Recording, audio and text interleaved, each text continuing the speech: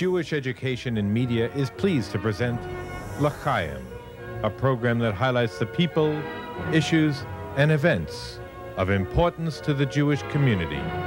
Now here is your host, Rabbi Mark Golub.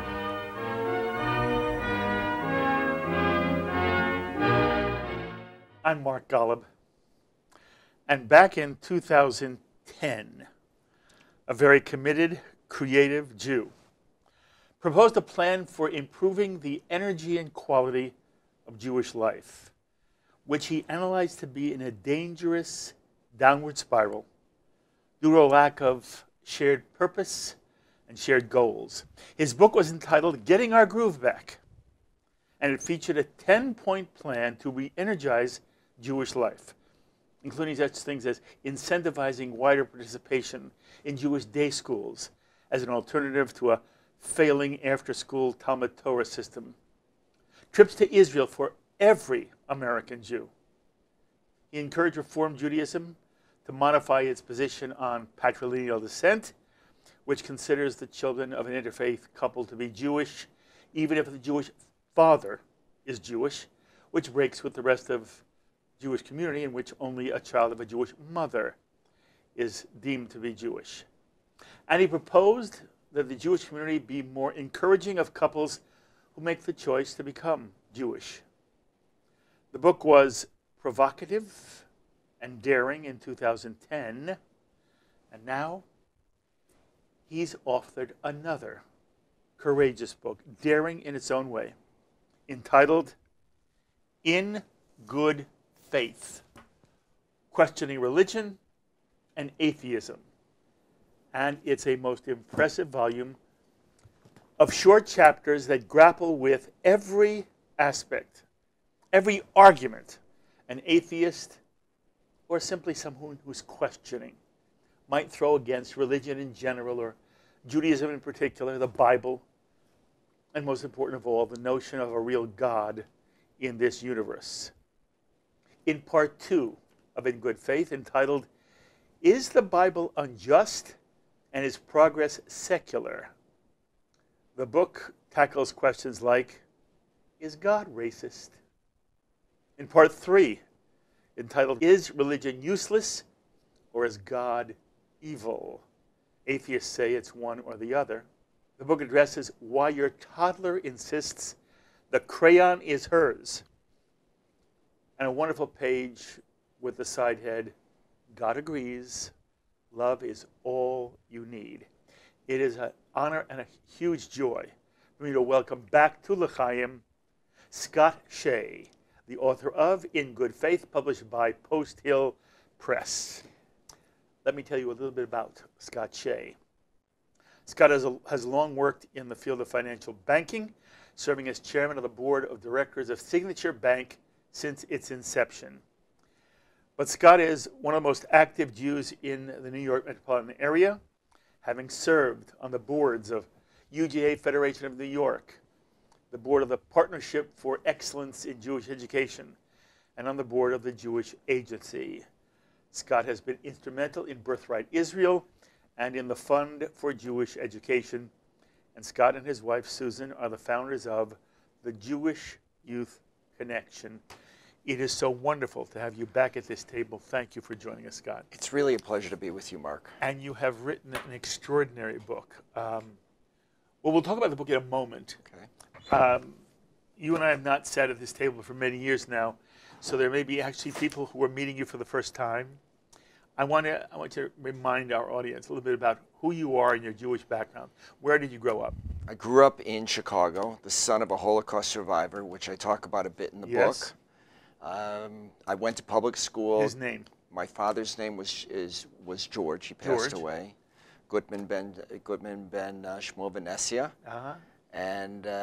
And your mother? My mother's yahrzeit is actually today, as we're recording taping. this.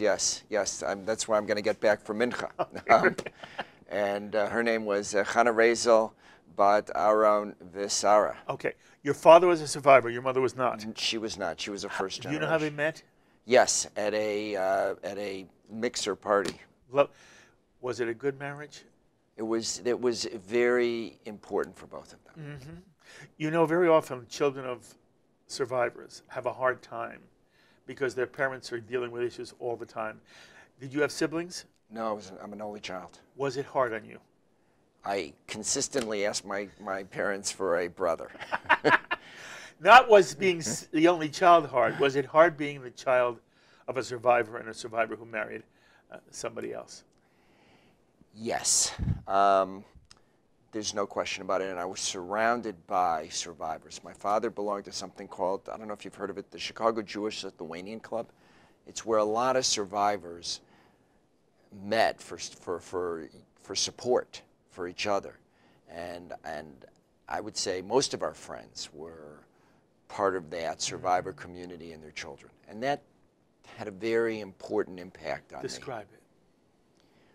So my father was slave labor. He was sent to Auschwitz. Then he was sent to a work camp in Poland. Then he ended up in Dachau, where he was liberated from. When he was liberated, he was 60 pounds. And luckily, he was liberated by the Americans in Dachau. And my father, he was separated from his father in Svetlana, Lithuania, and they were put in separate groups. And my father's father was murdered right in Svetlana, right in the spot. My father was taken for slave labor. Did your father see it happen? He did not exactly see it happen. He did not. And what happened to his mother? His mother died in childbirth somewhat earlier, Okay. giving birth to his brother, who was murdered right away in the Holocaust, in the deportation, not even in the Holocaust. He was a younger brother, and the Nazis had no use for him, whereas my father at least was a burly young person who they put to slave labor. So my father knew that there was a very narrow path that got him from Svetlana, Lithuania to Chicago to getting married, to having a child. He knew there were so many twists and turns that could have gone a little bit different, and he would have been dead. I clearly wouldn't be here talking to you. So he knew there was a God, but he was angry at God. Mm-hmm. And he wasn't quite on speaking terms with God. And I always felt that God got that. He understood, but on the other hand, he was certain there was no uncertainty. And so he never pushed anything about God or about religion on anybody, or certainly not on me. When he would go to shul, we would go to shul on the high holidays, and he Which enrolled. movement? We were in something in Chicago called the traditional movement. It was close to conservative at the time, and I also belonged to a USY group. We were sort of conservative. But my father worked hard for the synagogue. I mean, he literally would repair the roof of the synagogue himself. He was very talented in that way. But he didn't really daven, even though he knew how to. He would be at the synagogue more for social purposes than to actually pray. Mm-hmm. And you understood this on some level. I understood it on some level. It took me a long time to figure it out. You were a kid. Right. Yes. Was your father a happy man? My father, no matter what happened to him, said, "This is much better than the concentration camps." There was really not anything you could tell him that no matter what the news was, this was not the concentration camps. If you didn't like your food, there wasn't really any comeback. Very often, and you sort of said this already, survivors tended to gravitate to each other. Mm-hmm. And sometimes their children ended up only in a circle of the children of survivors. What happened to you in that regard? Well, I had a number of friends who were survivors' children, but I would say with me, I was in a broader Jewish community. Okay. Scott, to what extent do you feel being the child of a survivor shaped who you are, either in general or as a Jew? Well, there's no question it had a major influence on me. It's sort of like asking, a fish, what about this? Is this salt water okay for you? It's literally what you grow up with and what I grew up with, and And it started me thinking about the whole what is evil issue very early on, because when my father only later in his life really opened up, but I had a sense of the evil. I had a real sense of the evil, and I had a sense of the evil in talking to others who were my father's friends, even though they didn't open up. Just the hint of what happened was so far beyond existence in Chicago, in the United States of America. Did your father talk about his experiences? Because some survivors, it was very hard for them to talk. Some only talked at the end of their life. That was my that was your father. That was my father. I got a glimpse of what happened, but he would shut down the conversation by and large until the last few years of his life, when I think he really wanted to share, felt the need to share more. Talk just for one more moment. I want to push you a little bit. You are 17, you're in high school. Yep. Is it a burden being the child of a survivor? Is there a weight to it? Or is it, you know, everybody has their story, this was your story, and you went around, and it wasn't that important? So I went, when I moved to New York, I was in my early 20s, I went to this, the first gathering of second generation Holocaust survivors. And I have to tell you, it was a amazingly psychoanalytical experience, because I met so many people who had the same almost thoughts as I did. And I remember, I mean, I couldn't even finish. I was trying to read children's of the Holocaust survivors, and I remember, and I'm not a sort of I'm not a crying person, and I mean, I was literally in tears reading it, because I realized just how much of that shared experience there is. Give me one aspect of it that we wouldn't understand, and that really was a part of who you were, and it became clearer to you in this kind of experience. I think it's how I recognized evil and recognized that you have to be clear on early warnings of evil. That, and we've learned this as Jews, that when people threaten to kill Jews, you can't ignore that. You can't think people are kidding.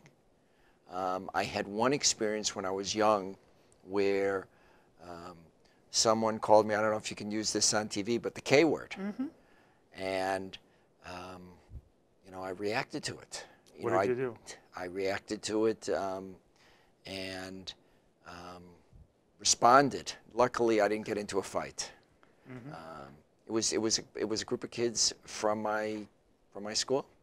This is when you were young. This is when I was young. Yeah. This was when I was young, and I talked to my father about this afterward, and my father realized it was pretty serious. My father recognized that we lived in a world where evil was really, really feasible and could be implemented.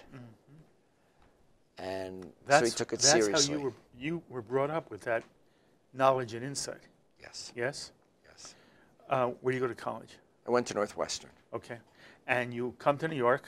Yes. Are you, at that point, a committed Jew? At that point, I'm a committed Jew, yes. Okay. And, you know, I mentioned some of the things that you've been involved with, but here in the New York area, you have always been involved in Jewish life. Why is that? I think, and I've always thought, that we Jews were part of this chain. It's a 3,500-plus-year-old chain, and that we have a responsibility, and it's not a racist or a responsibility in that sense. It's a responsibility to be a demonstration nation and to help make the world a little better place. So there's lots of ways to do that, and the way I've always thought I could do it was by expressing my Jewishness.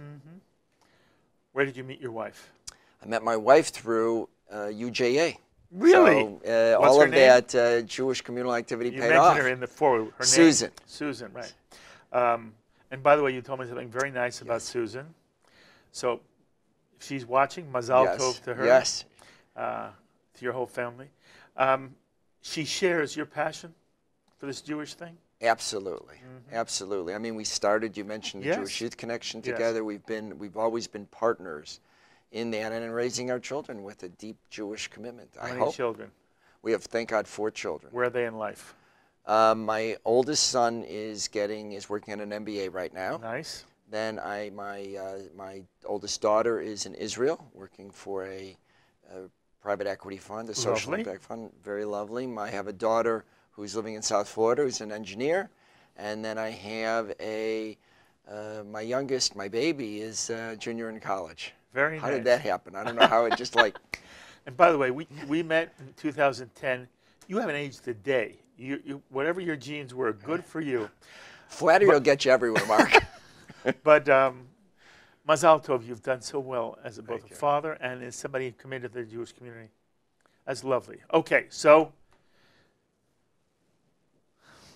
in good faith, and by the way, very few people write a book this large. This is a hefty book. And I said to myself, who was Scott thinking of when he wrote this book? Who'd you write this book for? It's a different question than why did you write the book? And I do want to answer that question, but I want to ask it separately. When you write a book of this magnitude, who in your mind are you writing it for? I'm writing it for 2 people. The first group is after I wrote my first book. So people know I'm Jewish. It's no secret. And I would have clients and others, people who I've met through business, say, you know, Scott, you look like a reasonable sort of person. You know, you helped co-found a bank.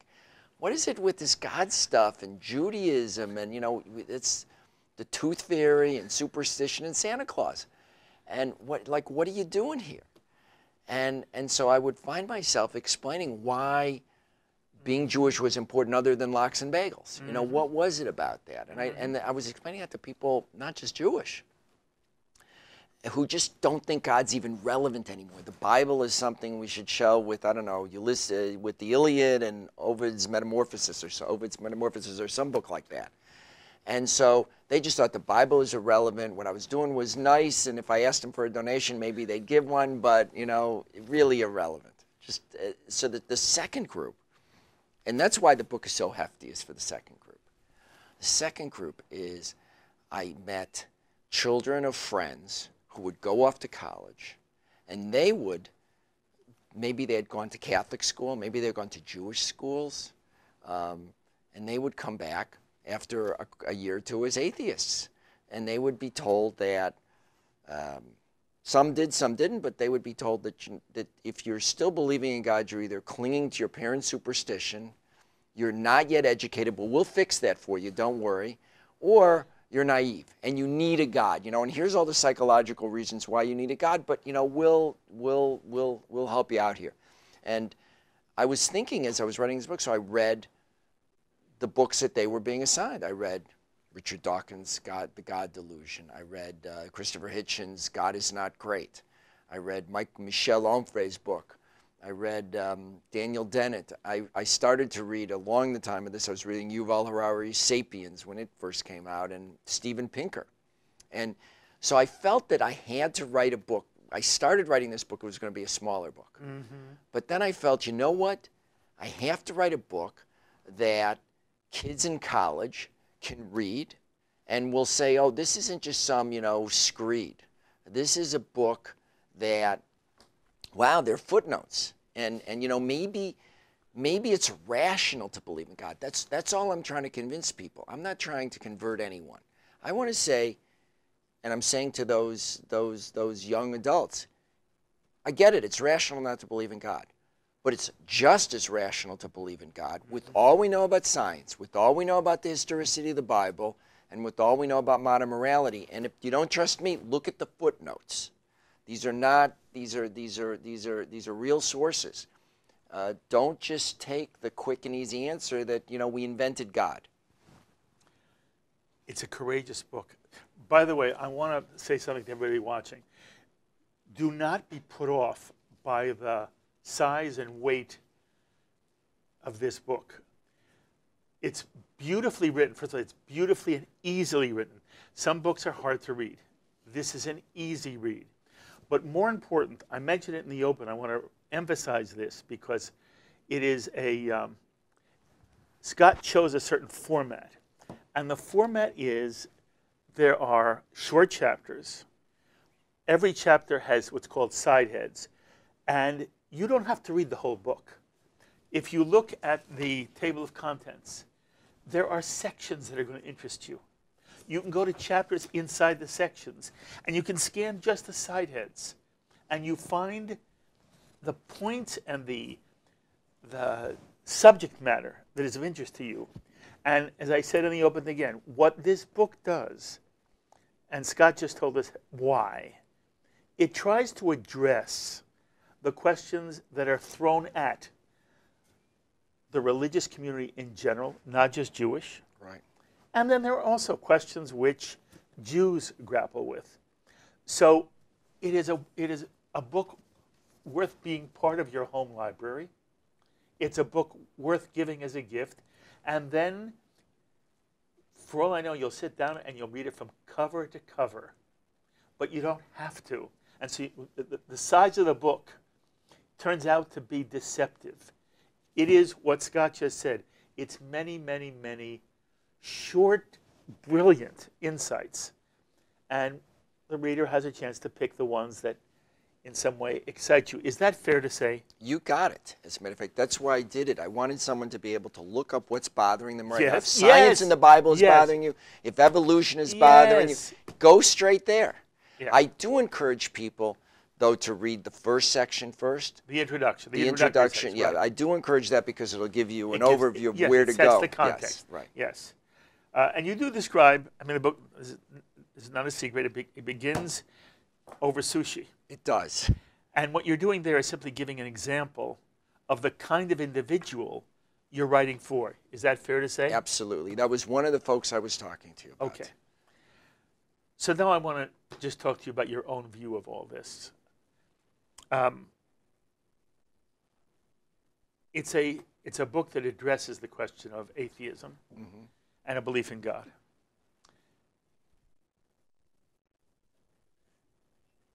If I say to you, the Jewish tradition, on the one hand, you can't read the Jewish tradition for a moment, any part of it, and not realize there's a commitment to the reality of a real God. At the same time, it is clear, at least to me, that the Jewish tradition, the sage rabbis, Talmudic literature, the Midrash, allows people to search. And search is a fancy way of saying doubt. The Jews are never taught, as they are in other religions.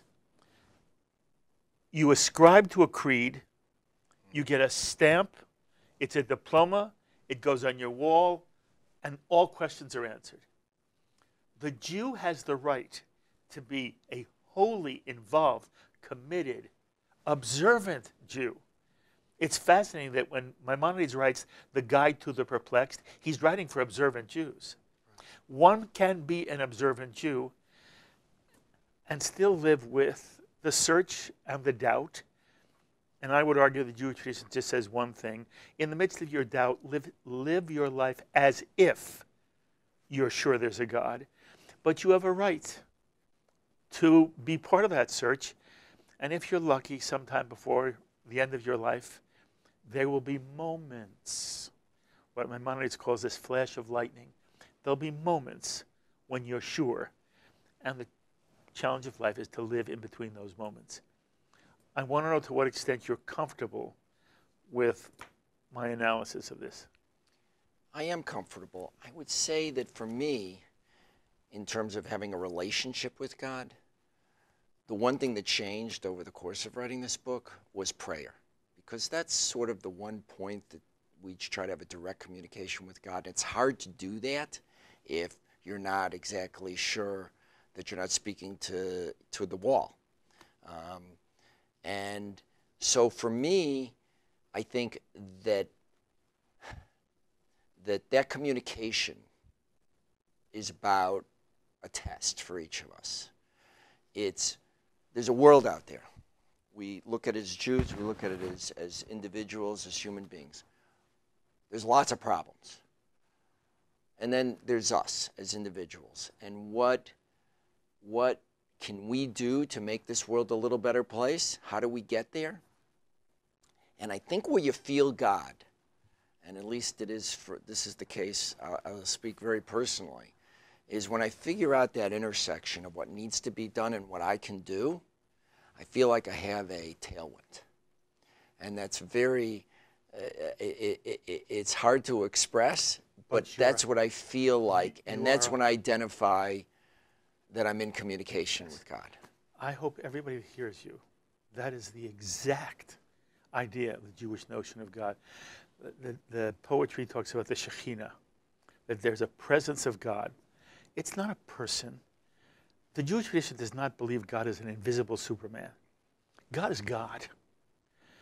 And human beings, the Jewish tradition teaches there's one God, and all human beings experience, have the feeling at times in their life that there's a presence, and that what they're doing is in harmony with the universe, that morality is of cosmic importance, and then what makes a contribution one is in harmony with, shalom with, the essence of the universe, which we now use the word for God. In some very beautiful way, that is what you mean, is it not? Yes, yes, and I think... And it's something you came to. It's something I came to, no question about it. And I think we all have to come to it in our own way. I mean, I share a little bit of my journey in this book. It's clearly not an autobiographical book, but correct. I share a little bit of it. But we view that I fundamentally view that if people consider themselves as having a spark of divinity, that we all have it, Tselem Elokim, we all have just this little spark. In some way, in the divine image. Some way, but you know what? We each have a different spark. Yes. So we have to define and discern how we communicate and how we recognize God in all of our different unique ways. And what's great about that is that means that everybody else has a spark, you know, and we have to appreciate that. It may be very hard at times to discern, to find out what that spark is and to discern that spark, but it challenges us to really look harder. And not to dismiss people, to recognize we're all brothers and sisters. And in all of that, I think you get a little bit of godliness. That is beautifully said. Scott, do you ever doubt there's a real God? I don't doubt that there's a real God, no. I think that there were times in my life that I did. There were times in my life that I might not have had the certainty that my father did in his not speaking to God, but I believe with all my heart and all my soul that there's a God. So we could put a diploma up on your wall? Will I put a... We could put a diploma up on your wall. Oh. I believe in God if the question is now answered forever. No, we always... So first of all, we Jews question. Right. Tomorrow we're going to have new questions. Right. So I never would say that. But the thing that I do in the book, I really try hard to do, is to question what I think are the pitfalls in religion. Yes. And to question atheism. Yes. Intensely. Yes. Because and we question. You mentioned the Talmud. All it is a book of questions. Right. And then they answer the question, and there's 14 questions about the answer to the first question. Yes. Which is the greatness, the genius of the Jewish tradition. I will tell you what I say all the time. You do not have to agree with me, but you wrote this book, so I have a right to say it to you. I find somebody who says they're an atheist to be, and I'll use a kind word, the silliest person in the world. It is silly. It is thoughtless to be an atheist. An atheist takes the position they're 100% sure there is no God. I don't know how you live in this world. And you're 100% sure? Not 99. You're 100%. Right. I find that to be intellectually thoughtless, emotionally. You're a zombie. You can't live in this world. You can't experience other people. You can't experience the awe. You can't experience the way in which the universe is structured, which is genius, and not think, maybe, I'm not sure, maybe there is a divine something behind it. The atheist says, I'm sure there isn't. I find that to be thoughtless and ludicrous. Wait. My Jewishness tells me I have trouble with people who say they have no doubt. I have people who say, nah, question's over for me. I am 100% sure there is a God. You live in this world and you're 100% sure there is a God whom we say is all-powerful, all-knowing, and all-good? I mean, your book deals a great deal with the issue of evil. I'm going to want you to address that in a moment. But there are things about this universe which, if you're honest, at least make you say, how can there be a God here? Right. So I have trouble, most with the atheist, I have trouble with somebody who says, I am sure. I will take a Jew who says, I'm pretty sure. Right. I'll take a Jew who says, I live my life every day as if I'm sure. But I want the Jew to also say, I'm in this world. And the Jewish tradition, I believe, not only gives one that right, it encourages it.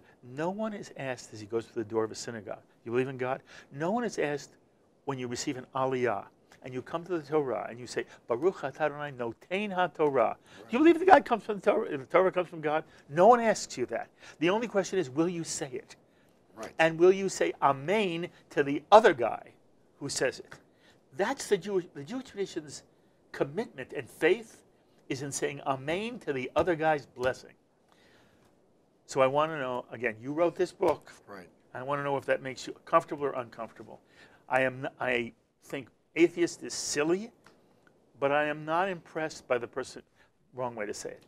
I have problems with somebody who says to me, I have no doubt. And the reason, and I want to hear you talk this, the reason is, I don't want the person who does doubt to think somehow he is not a good enough Jew or is betraying something of his Jewishness. If he says, there's no God, but he says, I'm not sure, that is not a betrayal. And any Jew, anywhere in the world, who says, I'm searching and I'm not sure, is not violating anything Jewish. So let me put this in and I think that's an excellent question. I'm going to put it in terms that I don't usually use. So I'm a banker. We talk about when you make a loan, you give someone, full faith and credit. So faith, what is good faith? When we make a loan, I'm chairman of the credit committee. When we make a loan, we look at the evidence, we evaluate the characteristics of the counterparty, we look at the financial statements and any other industry and other environmental factors, and we say, we believe that this loan will be paid back. So we have faith. So I use that term in that sort of way. Can I guarantee that that loan is going to be paid back? No. Do I think that do I have faith that it's going to be paid back? Yes. Do I know that there's a God? I can't tell you that. Do I have faith that there's a God from all of the evidence in the universe, from reading the Bible and thinking about the way the world works? Do I have faith that there's a God? Yes. So maybe I'm using faith in a different way, but I have faith in the same way, in that sort of way. Now, when you talk, and I've talked across this book tour to a lot of atheists, what I really try to do, and I'll be successful if I do this, is give them doubts about their doubts. That's really all I want to do. I want them to start questioning. I have had people who, once I talk to them, this has happened to me several times in the course of this tour, they'll come up to me, I'll say something that'll unsettle them, that will create a little doubt, and they will literally shut down because they don't want to have doubts about their doubts. Because that's a scary thought. We take it, we're sitting here as two believers in whatever shape or however we define it. But if you don't believe in God, boy, oh boy, is there a huge ramification. The stakes are very high to start believing in God. And so I recognize why people may not want to do that. And so they might, shut down. So I'm not asking anybody to do that. I'm not asking an atheist to do that, an agnostic, but I'm asking them to closely question what they believe in and what they don't believe in. Because I think some kinds of atheism can be very dangerous. We've seen that. You know, sort of what I call Machiavellian atheism, where all that matters is me. And then there's sort of golden rule atheists. And those are some of those moral people that you would ever want to meet. And I take them over, you know, evil people who are wearing the garb of religious people. I take them over, I take an ethical atheist over those folks in a nanosecond. So that's how I define faith, is faith that there's good evidence for. Now, the obverse of that, by the way, is bad faith. Bad faith where people just believe stuff and they go off in all different directions, even though the evidence is not there for those beliefs. They ascribe, which is essentially idolatry, superpowers or super authority to finite beings, people, ideologies. And that's really idolatry. And that's bad faith because it's not based in real evidence. It's not based in the good of humanity. It's not based in what you would imagine a God, an omnibenevolent God would want for us. So that's how I come to faith. Okay, brilliantly said. I know the audience is saying to themselves, "Ooh, I want to hear an example of what Scott might say to the person who says he's an atheist, claims to be an atheist," which Scott might either ask a question or raise an issue, which doesn't mean the atheist will flip, but may give the atheist pause, at least pause. Can you tell me, can you tell us, can you give us an example of one or two in your travels now? Right. What are one or two of the things which, when you make this point, it at least makes an atheist say, You understand? If you get somebody Yes, to say, I do. I get those questions. Okay. Yes. You've won. Yes. Okay. Can you give me an example? Well, I'll give you a couple because they're different people. Good, And people good. come at me with different questions. 'Cause Good, different good. things bother different people. I'm an atheist. So what are there's you going people- to say to me? There's some people who say to me, who come up, you know, this whole universe is a quantum fluctuation. It was an accident. The whole thing's an accident. Right. I read Lawrence Krauss. Yeah, I am convinced. It's an accident. What do you Yes. have to say to me? You know, I say there are 6 constants in, I say 2 things. I say there are 6 constants in the universe that don't relate, like every other mathematical formula, to energy, to matter, to really anything. They're just numbers. If any of those 6 were off by a little bit, then we would be not here to talk about this. So it's not like we won the lottery. I know you're going to tell me there's a multiverse, and there's lots of universes, an infinite number of multiverses. But let's just figure out how lucky we are. We had to win not one lottery, but 6 consecutive lotteries in the right order in order for this universe to exist and be able to support life. So what? So what I say to them is this. I say, it's possible, but it's highly improbable. It's so improbable that it defies imagination. I'm never going to convince. I'm not impressed. I'm not impressed. The reality, a real atheist will say to you, the entire universe is a result of extraordinary lotteries, one after the other after the other.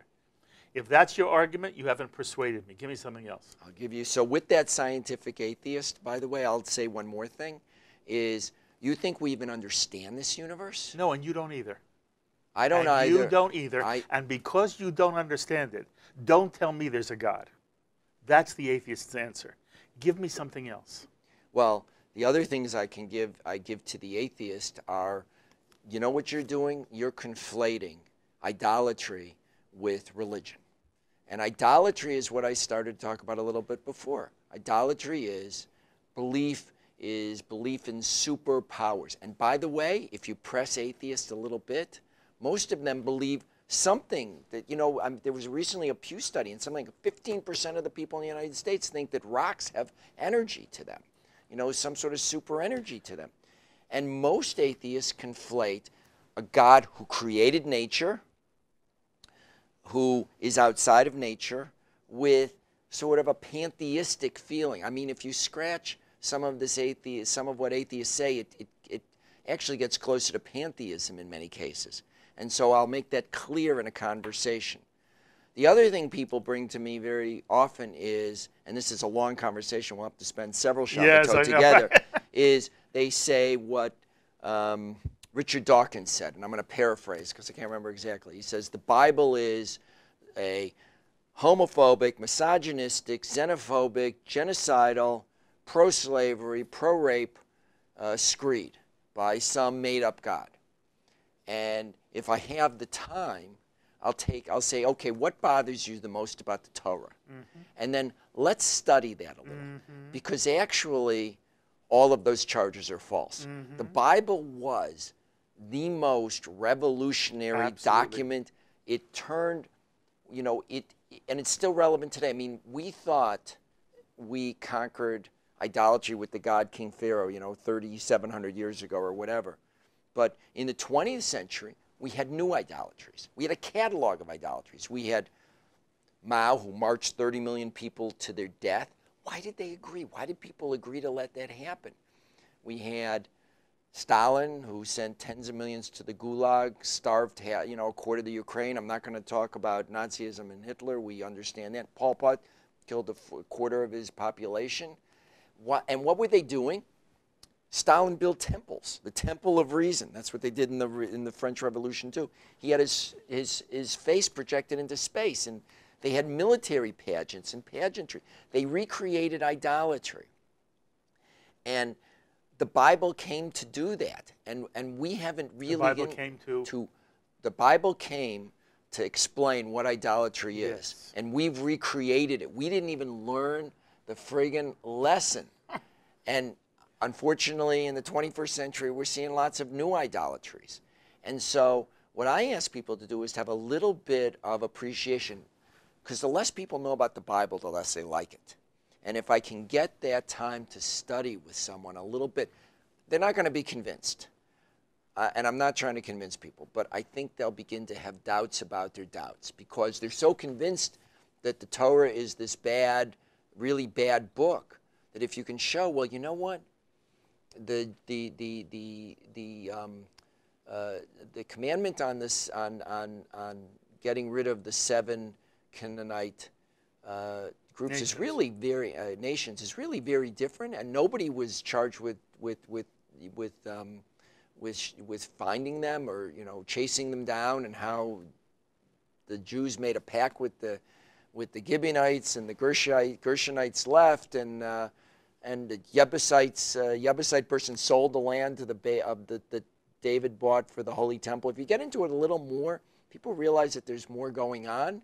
And when you realize that the Jews are warned, God warns the Jews. You're no better than the Philistines and the Ethiopians and all these other groups, and the Moabites. If you don't do well, you're going to go out of the land too. I mean, essentially, God, what the Bible is saying is that God is the global realtor, and the mortgage is our righteous behavior. I keep defaulting into being a banker, you see. But I think what you do with the Torah in this book is fabulous. You use the word Bible a lot. When you read Torah, and you talk about David Silver in this book. Yes, a wonderful teacher. He's a rabbi who influenced you a great deal. Absolutely. When you read the Torah, let's leave not the Nach, the Torah itself. When you read the Torah, are you reading it understanding that there's a Jewish tradition which does a drash on virtually every verse, that it's not about what the Torah says, it's about what our sage rabbis teach us the Torah means? Or do you read it literally? I first read it really carefully with the pshat, which is what does it say? The plain and meaning. Scrutinize the plain meaning. Thank you. Okay. The plain meaning, and really reading it closely. Okay. Does the pshat give you trouble? So sometimes the pshat is what I feel actually liberates me, just in terms of looking at the Bible on the issue of the 7 Canaanite nations, or looking How do you deal with the fact that the pshat says a man who lies with another man, both of them should be executed? So That's the Peshat. That's the Don't give me pshat. any drash. I won't give any Give me a- drash. give me a- I'll give you. I'll tell you what. And first of all, my reading is very similar to Rabbi Steve. The same reading as Rabbi Greenberg, who wrote Wrestling with Man and God. He's doing a. But go ahead before But he does. But I just setting aside. 'Cause I've given you a Peshat. Tell me what you do with it. God and the Bible regulates all sex. All sex between. Correct. It regulates between men and women identically, that you are not allowed, and it is abomination to have sex, for a man to have intercourse with a woman who is menstruating. It's an abomination for both of them. In the same way that heterosexual sex is, let me just finish, heterosexual sex is regulated. Homosexual sex, in my view, and what the Pshat, reading the Hebrew, says, is that anal intercourse is prohibited. It doesn't say anything beyond that. It doesn't say that. Where does the word anal appear in the Torah? It Very says careful. Kamo. Yes, I want the word anal. Is the word anal any? No. Okay. But then the why word do you? sex isn't yada. It says to know. The Bible yes, does but you understand speak that no means sexual intercourse. It says in the Torah, to not two lie. men cannot be together in a sexual context. No. They it cannot says lie they together. Lie together in Okay. the way of a woman, which means, Okay. according to the Yeah. Bible, What do you mean according to the Bible? the Bible is clearly referring to Where? intercourse. Every word says yada. Okay, fine. Every single point, and it uses Yeah, a nice yeah, word yes, to yes, know. okay, fine, So I agree. I'll I agree. take it at the same Okay, level. so it says a man may not know another man as he would a woman. Correct. You accept that? That I think that the Bible, if you want to be an observant Jew, and you want to be homosexual, I think you can be. My personal view, I'm not a rabbi, and I'm not giving advice. My personal view is I have no problem with that, as long as you don't have anal intercourse, because that's the way that the Bible regulates homosexual But what sex. kind of intercourse should they have? You know, this is a different show on a different cables channel if we want to get into all of that. But my point, again, for a Jew to tell me they have no trouble with the Peshat is very hard for me. By the way, you have a section here where you talk about capital punishment. Yes. Okay. The Torah says one thing. Right. The Jewish tradition says a totally other thing. The Torah says plain. Yes. Eye for an eye, tooth for a tooth, life for a life. So, you know what, I want to say this because I think I may have made myself unclear. I look at the Pshat very carefully, but I definitely think, when you used Midrash, that's what actually set me off a little bit. We have definitely, I think the Midrash is one thing, but in terms of halacha, in terms of the rules, there's no question that we were given rules to interpret the Bible. Okay, and I'm saying to you, Right. by the way, where were we given these rules? It says in Devarim that you're supposed to go to the judges in your day. Which means that human beings have to intervene. Okay. The daughters of Zelophehad say, they go to Moshe, they say, this rule isn't Yes, fair. Moshe, yes. let's do a Yes. different deal here. Yes, and by the way, what does Moses say?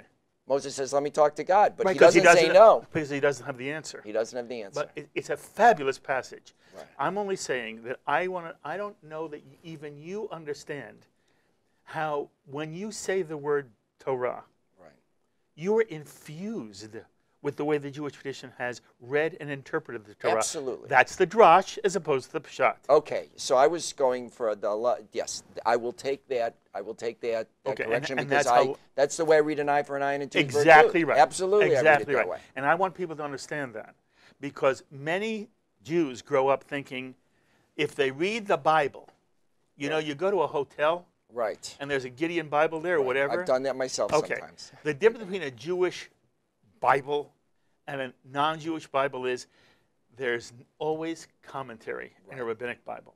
And it's the commentary that tells us what the text means, which we understand based on the Constitution. We do it all the time here in the American system. Right. There's no privacy in the Constitution, but the Supreme Court has said the principle of privacy is implicit, and therefore it applies to a woman's right to an abortion. That's how the Jewish tradition works. So the rabbis say, yes, it says eye for an eye, tooth for a tooth. It means money. It's not in the Torah, but the Jewish tradition has interpreted it that way. And I want to make clear to people that when you love the Torah, and when you say you want to read the Torah with the atheist, The problem that you have is the atheist doesn't understand the drash. The atheist only says, it says here that God, first of all, it says that the sun goes around the earth. That's ludicrous. We know the sun doesn't go around the earth. And we know that God stopped the sun from going across the earth so that the Israelites would win a war. Any atheist is going to say to you, that's ludicrous. And there's nothing you can say. I agree. Right. I totally agree. Right. I'm not even going to argue that. Right. And so the issue becomes, how do you say to the atheist who says to you, this Bible, it's full of nonsense? So what I say in this book, and what I've said to atheists directly, is that, it's in the book, is that we have a set of rules about how we interpret text, just the same way as we have a constitutional law, which is beyond the text itself. So, by the way, that's not only Jews, that's Muslims. They have rules about interpretation, and that's in the early Christian fathers.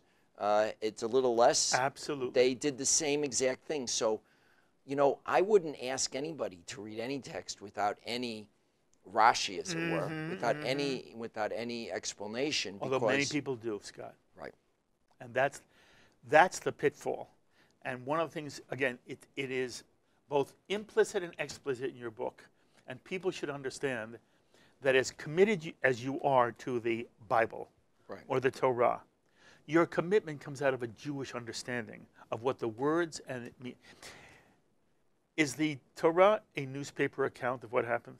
No, it's absolutely not. The Torah, and this is where I think atheists really get it wrong, is that the Torah says certain things in a way that it expects us to react. I mean, when Cain kills Abel and God asks, and Abel responds, or Cain responds, am I my brother's keeper? Well, the Bible wants you to say, yes! Of and course. instead the answer is no. In the end of the book of Judges, when that massacre, essentially a civil war, takes place against among the Jews because a concubine is mutilated, the Bible's not reporting that because it thinks it's good. The Bible's reporting because it should be repugnant. Is this what happens to the Israelites several generations after they were given the Torah, after they left Egypt? No, this is repugnant. How can this be? And it's expecting us now to understand that a new revolution is needed here, and it happens with kings and all of that, Shmuel. But we are supposed to read this in a way, and also I think that the Bible should and does take poetic license. I mean, we don't expect Shakespeare to be reporting everything in iambic pentameter of exactly what happened with Henry VIII. We want to take lessons from Henry VIII. Yes. And so that's a poetic license is great. It's what the Torah is. Right. That's beautifully said. I want to now deal with two specific questions that you've alluded to. What does it mean for you, Scott? You pray, you tell us. Do you ask God to intervene in the world? Does God answer prayer by suspending natural law? So I think by and large, by greatly and large, ever since the Bible, even in the Bible, God rarely changes natural law. Even though God can, God's outside of the universe, and therefore the laws of entropy and don't apply to God, and the laws of the conservation of energy don't apply to God because he's outside of this closed system, and no scientist can even say no. It's an imponderable for them. But I take as my real text there the book of Esther, because God is not mentioned once. Maybe it's called Hamelech, but God is not mentioned. But both Esther and Mordecai, it took them a little time. In Esther's case, it takes her a little bit of time, but they both are looking at the world, which has got a big problem, and how they're situated to do something, and they do pray, and they take their own initiative, and then they get a lot of nice coincidences that you can argue were coincidences, or you can argue were from God. And I take that lesson today. I mean, not today. I take that lesson certainly today, but I thought about it a lot even growing up. is that there were Jews here in the United States during the time of the World War II and the Holocaust and the like. And I know Jews didn't feel the same way in the comfort zone that they do today. But you had the Secretary of Treasury was Morgenthau, who was a Jew during Roosevelt's administration. You had other Jews who were placed. And had they been more active, and I can't criticize people, but had they placed themselves in a different way, had they done different things, I'm not saying no Jews would have been killed, but maybe fewer than 6 million would have been killed. So it's a matter of, in prayer, saying, okay, God, here's the world, here's what I can do, and give me some, wind in my direction. Help me with some good coincidences. Give me that tailwind. And I think if you do that, you get help.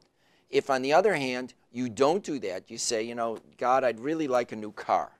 I'd really like, Nobody says, they say, I want my loved one to be cured. They don't ask for a new car.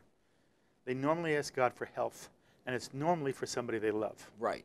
I think, and by the way, and this is something that the atheists say is that, well, there have been studies on people praying for others in terms of health. There have been some studies, and those studies I set aside because the people didn't know each other. But I do think that prayer, my personal feeling, is prayer helps. In what way? In ways that we can't see. In and what I way? can't and I can't. And how you don't know how, and we can't see how. Then why would you say it? I think we can't see mechanisms that are beyond our ability as human beings to see, but we can see consequences, which sometimes are good, and prayer is sometimes answered. How do you know? But how do you know? The atheist is going to say to you, Scott, people pray 1 million times a day, and there are 5 people who get better, and 1 million less 5 don't. And you're telling me it's because of the prayer? By the way, do you think there's a Jewish God who sees 2 people in hospital beds side by side, suffering from the same malady, and one of them has somebody praying for them, and the other does not? God's going to be better to the person who has somebody praying than he is to the one who doesn't? No. I think, is that a Jewish God to you? So what I think is that we're finite beings, and we don't understand God's plan in the universe. We don't understand how things unfold. We can't. It's beyond our ability to even begin to think of that. I think that we have to recognize that the answer to prayers isn't always yes, and the answer to understanding what's good for the world and what's good for the universe and what's even good for ourselves, we don't even always know. Now, death is a final and a bad answer, so you're never going to get me to defend, and I'm never going to defend to an atheist that someone dying is a good thing.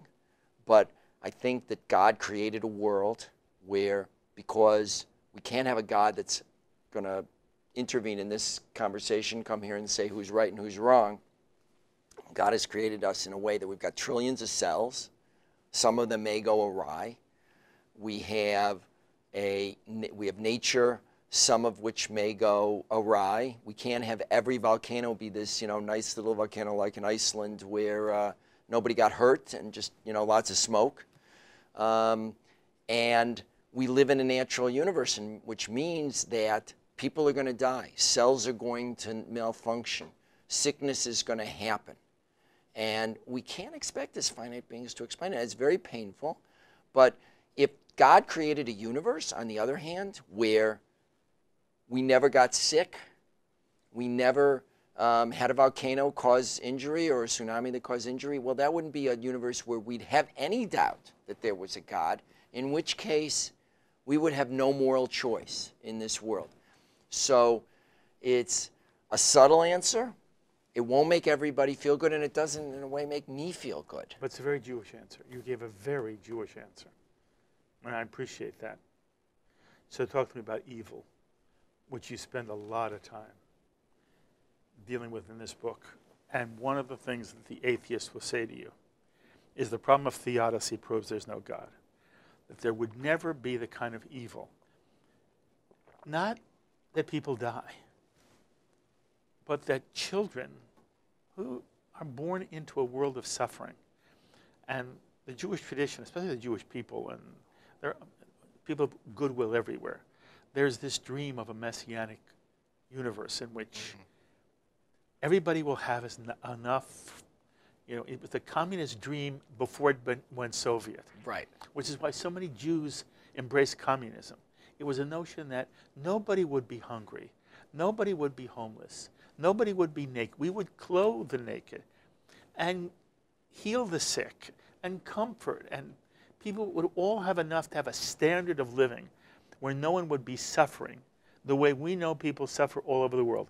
And you and I, Scott, are among the luckiest 1%, if it's that many, in the entire universe, you and I. Right. History of the world. Yes, thank you. History of the world. Right. And that means there are 99% of people never had it as good as you and I did. Yes. And there are some people who their life is wretched. And they were born into it, and they'll die in it. Right. And the atheist says to you, don't tell me there's a God if this is the world he's created. And you know, your father said, yes, there's a God, but he let this happen. There are people who say there is a covenant between the Jewish people and God. And God promised to take care of us. And then the Holocaust happens, and it is unspeakable.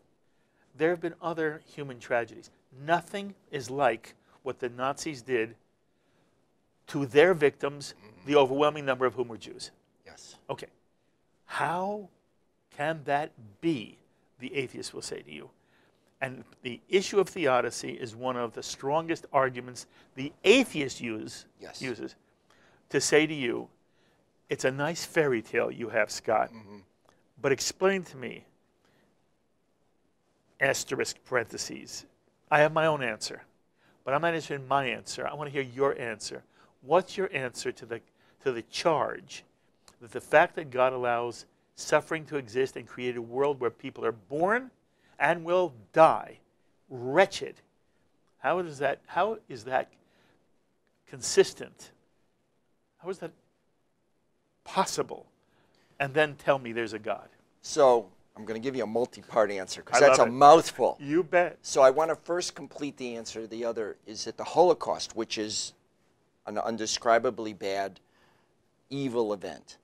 So my point is that there were people positioned to mitigate that Holocaust among the Allies, bombing the concentration camps, even bombing the railways. People made choices that could have made it better. And my view is that, sadly, when we don't do the right thing, God also doesn't cure it for us. And if we had done more, I think as humanity, God would have participated more. But in the end, God didn't let the Jews get wiped out. He saved the redemption came even in the form of Stalin. Okay. I want to make sure people understand. I think what you've said is so intrinsically at the heart of the Jewish tradition, except the last line, that if people had done more, God would have done more.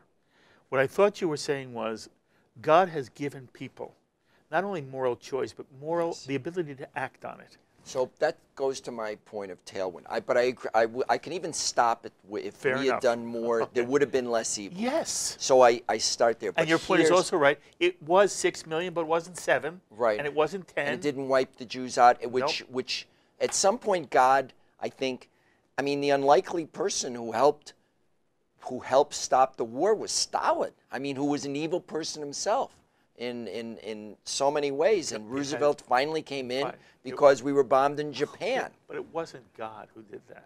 Well, but let me get to the bigger question, because I think this is really, really important. When we talk about good and bad, here's the reason why the Bible's message about what idolatry is at the core of evil, which is the Nazis thought they were doing good. The Nazis thought they were helping the world by ridding the world of the vermin, these Jews, these insects, these whatever they used a number of terms for the Jews. And so the real problem of evil is that we start to believe a narrative that is inherently wrong because we place our belief, and this is the way I define idolatry, we place our belief in a set of lies about power. Again, believing that finite people or ideologies have super authority or super power. And once you join that, well, that's why Pharaoh thought and told the Egyptians, throw the babies the baby boys in the Nile, and that's good. They reverse the whole idea of good and evil when you get into idolatry. And that's when the real horrors start, when people don't even recognize evil, when people think that evil is good. And that, by the way, happened in the Soviet Union. Killing the kulaks was considered good. Starving the Ukrainians was good. Informing on one's parents was good. It wasn't evil.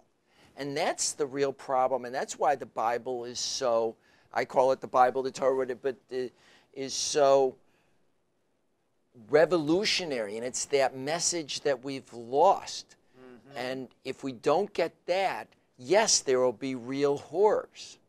And so that's what I hope people take away from this book, mm-hmm. is we have to identify those lies about power and recognize what is good faith and what is bad faith. What's evidence-based things that are good for humanity? I think anybody looking at the evidence who was living in Germany at the time would have come to the conclusion that this was a bad thing, but they got on the train of believing that it was, that Hitler was right. I mean, at the Nuremberg rally, Golub says Germany is on divine mission, the party is Germany, and Hitler is the party. He makes Hitler into the God King. And if you believe that, well, everything he did was, in a perverse sort of way, good. You got to get yourself out of that. And in a certain kind of way, and we don't have time to deal with it here, that's to some degree what happened with the Canaanite nations, because they were sacrificing children, they were doing all sorts of perversities that they were convinced was good when it was really bad. And that's what we need the Bible to that's what we need the revolution of the Bible to persuade us of. Mm-hmm. Again, beautifully said. And forgive me, because I took you in a circuitous way. I want you to focus, as people are listening to you right now. Yes. Your answer to how can there be a God with the evil in the world, bottom line for you is, how do you deal with that again? Just summarize it for us. How does Scott Shay deal with and make in some way compatible the notion that there's a real God in this universe and evil, unspeakable evil? And I'm not talking about hurricanes. Yes. I'm not talking about volcanoes. Right. The Jewish tradition teaches, by the way, nature is amoral. It's not immoral, but it's amoral. It has nothing to do with morality. Right. But what people do is all about morality. And the immorality that is done, sometimes, by the way, in the name, not of idolatry, even though you and I might define it as such, but in the name of God. Right. It exists and people suffer. And the evil again, people can live a wretched life. And you say that even though that's true, it does not shake, and you don't want to be used by an atheist to prove there's no God. Because why? Well, so to answer your question, I think the world is more poignant because we have moral choice. If a lightning bolt had struck down Pol Pot and struck down Mao just after he killed the first person, we would have no moral choice. And it's more profound that we each have a moral choice and we each have to find our path in the world and to make that difference. So I believe God constructed this world leaving doubt, letting us have to figure things out. And I think that's the key. I think the problem that we get into when I talk to atheists is very quickly the problem becomes, well, there is no also for them. There's nothing to tether themselves to what is good or bad. And so many atheists turn themselves into idols, where it becomes about money, it becomes about power, and there is no divine spark in everybody. So it's all about me and what's good for me, or me and what's good for my party, or me and what's good for people who look like me. And that's when the horrors happen. And I think the other place, and you touched on it, and here's why the third commandment, the way we Jews count them, is so important. Not taking God's name in vain, Bashav. And it's the only, by the way, commandment that says there's no repentance from this. Because when people set themselves up as the sole spokesperson for God, and they can tell you what God wants, well, they've essentially become idolaters. And that's why it follows from commandment 1, 2, 3, which are essentially all about idolatry. So evils can happen in the name of a monotheistic God, but that's why we have in the Torah a admonition to watch out for false prophets. Watch out for people who set themselves up as sole spokespeople for God. That's why we were given the Bible, so we can read the thing ourselves.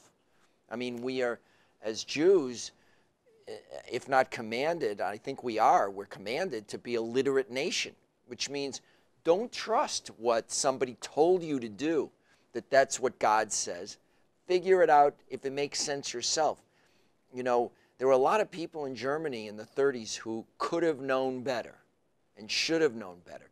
And there were a lot of collaborators who could have and should have known better.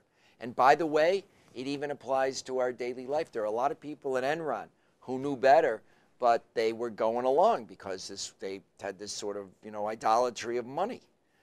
And I think it fits into a lot of, unfortunately, what our ills are in this world. And I think the Bible, that's why I think if someone takes one thing away from my book, it's saying, hey, the Bible is still really relevant. If you get that, I think I've succeeded. And I am so proud of you.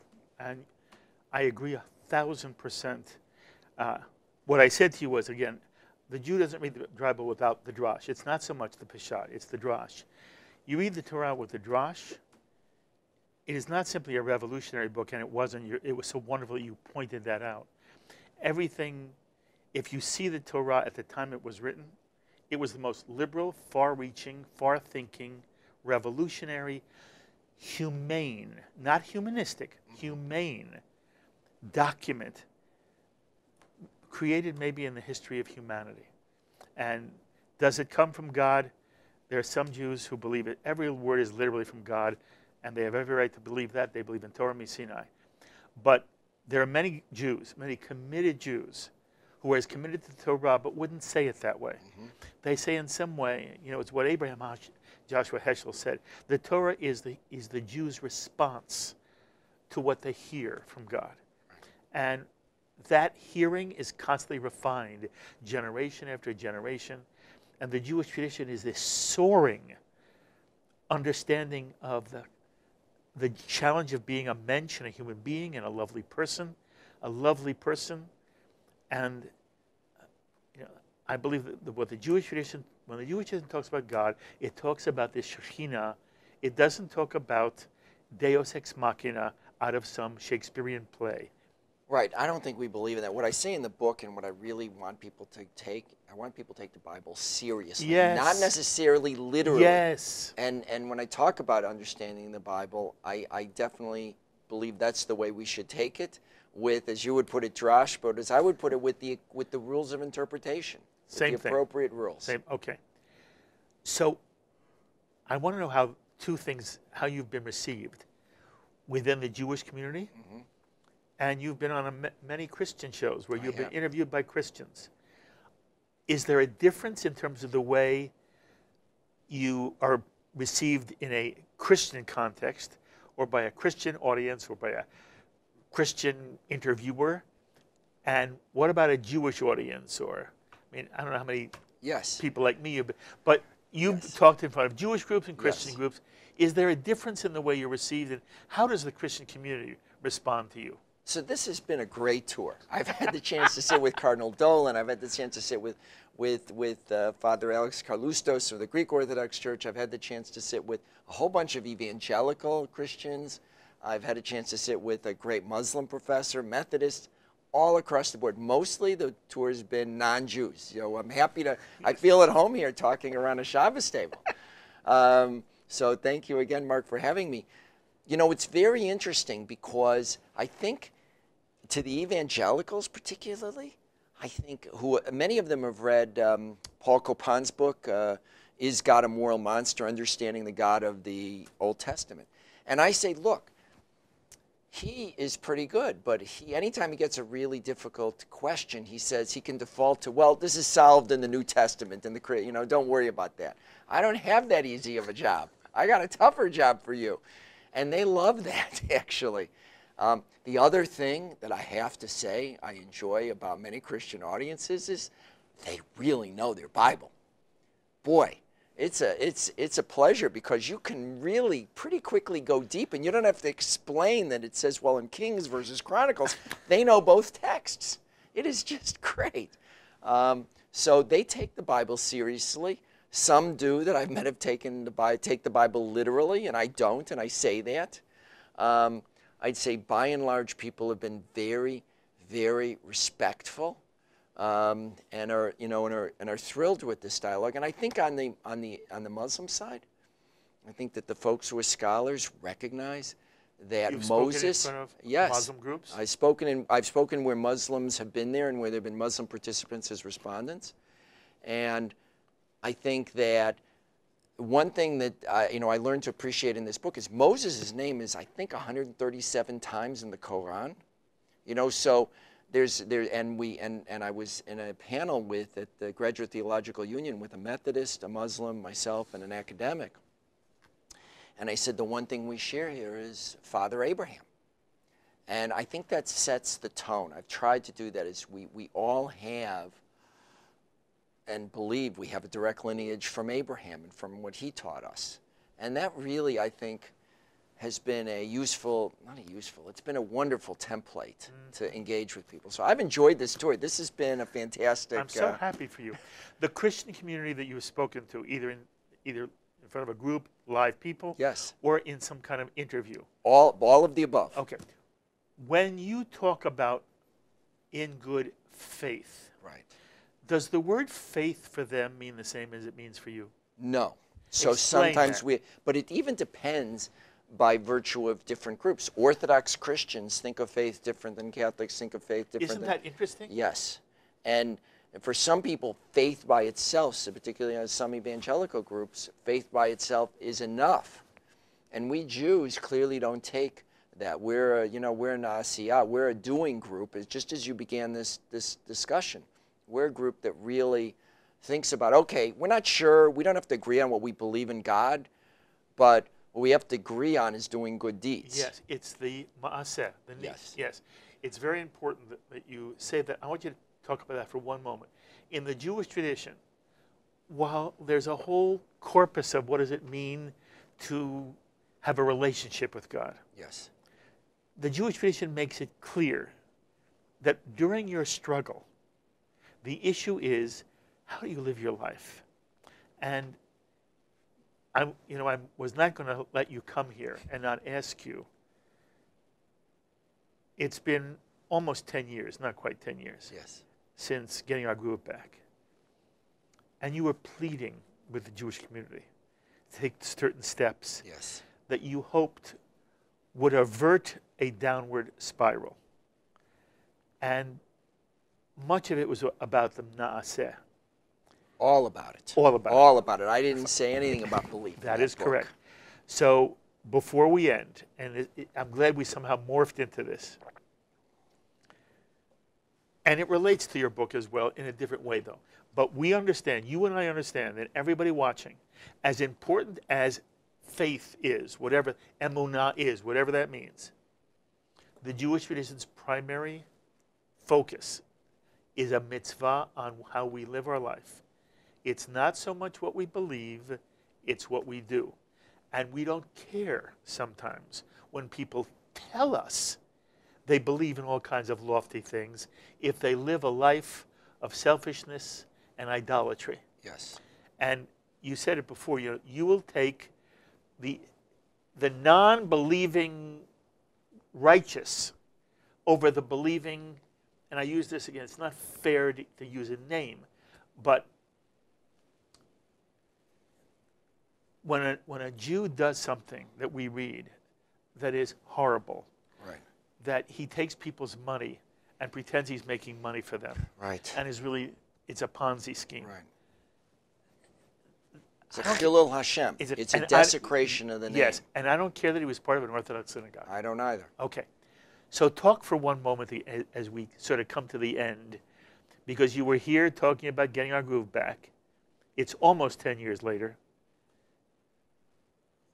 Do you feel frustrated as you look at Jewish life today?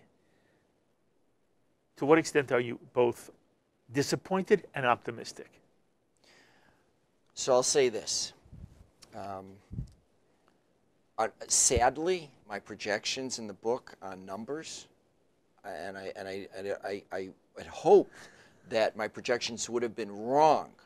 You were prescient. Because I was, I extrapolated birth rates, I extrapolated from intermarriage and from the percentage of intermarried folks who join up with Jewish people.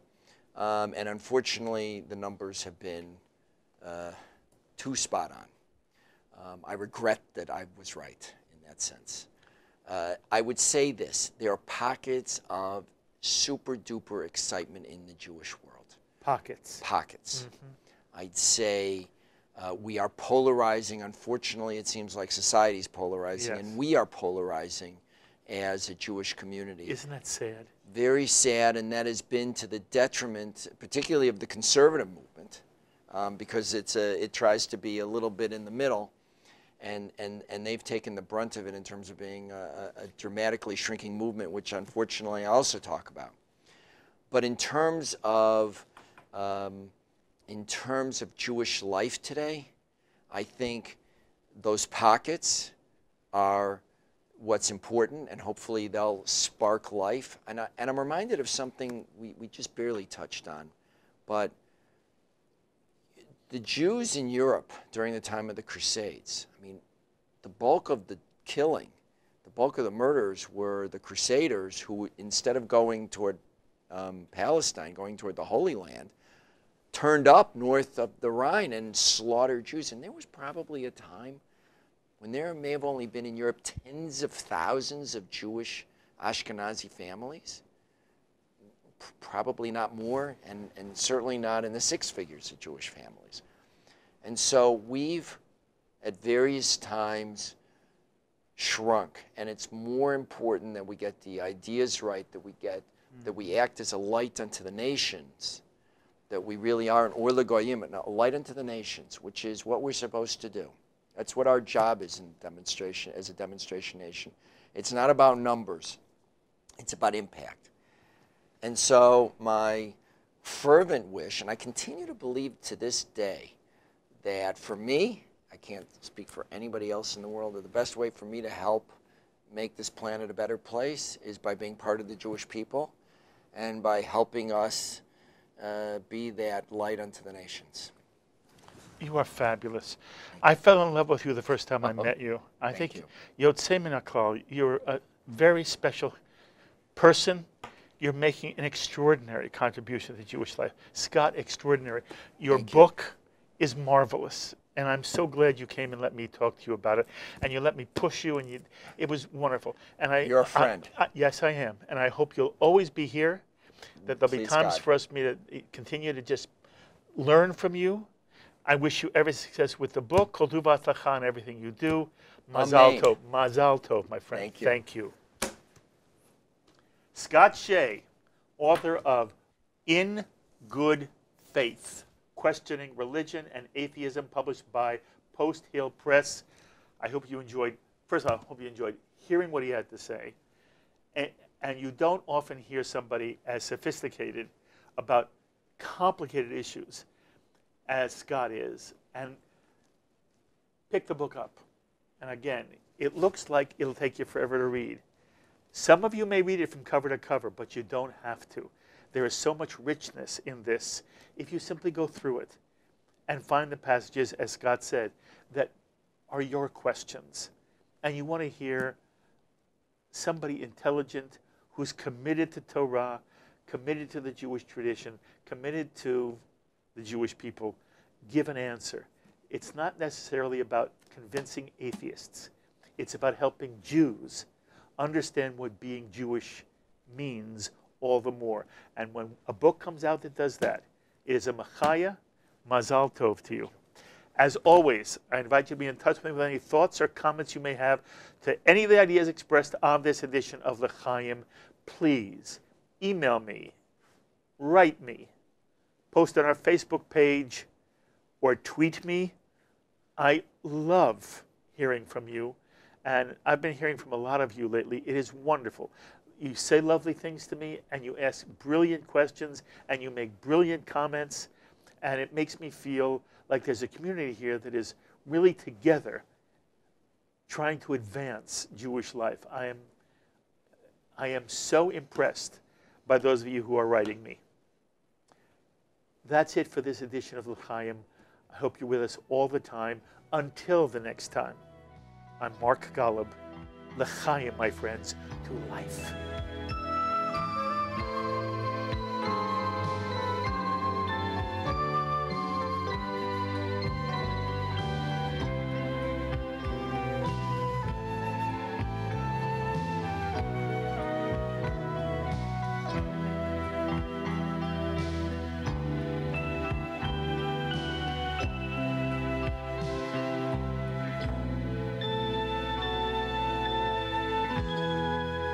L'chaim is a presentation of Jewish education in media. We would be pleased to send a complimentary DVD of this program to anyone who wishes to support JBS with a tax-deductible gift of $36, double chai or more. Simply visit the JBS website at jbstv.org and click on the Donate button to make a donation by PayPal or your credit card. And please, indicate the program for which you would like a DVD. Or you can send your tax-deductible check to JBS, P.O. Box 180, Riverdale Station, Bronx, New York, 10471. And again, please remember to indicate which program you would like to receive with our compliments. And we thank you for your kind support.